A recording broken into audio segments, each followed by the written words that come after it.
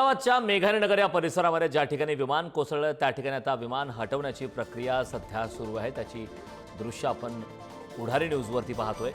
अपघातग्रस्त विमानाचा भाग हटवणं आता सध्या सुरू आहे।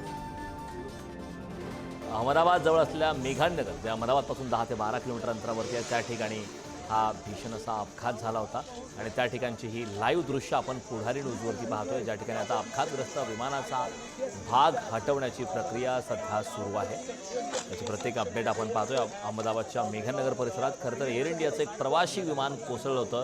रहिवाशी भागात हे विमान कोसळलं त्यामुळे मोठा धोका निर्माण झाला। मृतांचा आकडा तब्बल 274च्या वर इथपर्यंत पोहोचला। ही धक्कादायक अशी आकडेवारी या ठिकाणी समोर आहे। त्यामुळे तब्बल 242 प्रवासी हे प्रवास करत होते। एका प्रवाशाचा मात्र सुदैवाने जीव वाचला। इतर 241 प्रवाशांचा या विमान अपघातामध्ये मृत्यू झाला आहे। मात्र ज्या ठिकाणी विमान कोसळलं ते अहमदाबाद जवळील मेघानीनगर परिसर हे रहिवाशी भाग आहे। त्या ठिकाणी आता विमानाचा जो भाग आहे ती हटवण्याची प्रक्रिया सध्या सुरू आहे। त्याची प्रत्येक अपडेट आपण पाहतोय। धक्कादायक अशी घटना घडली। खरं तर संपूर्ण देश या घटनेनंतर हळहळला। तब्बल 274च्या वर या ठिकाणी मृतांचा आकडा जातो। अतिशय धक्कादायक अशी ही घटना घडलेली आहे आणि त्यानंतर आता अपघातग्रस्त विमानाचा भाग हटवण्याचं सध्या सुरू आहे।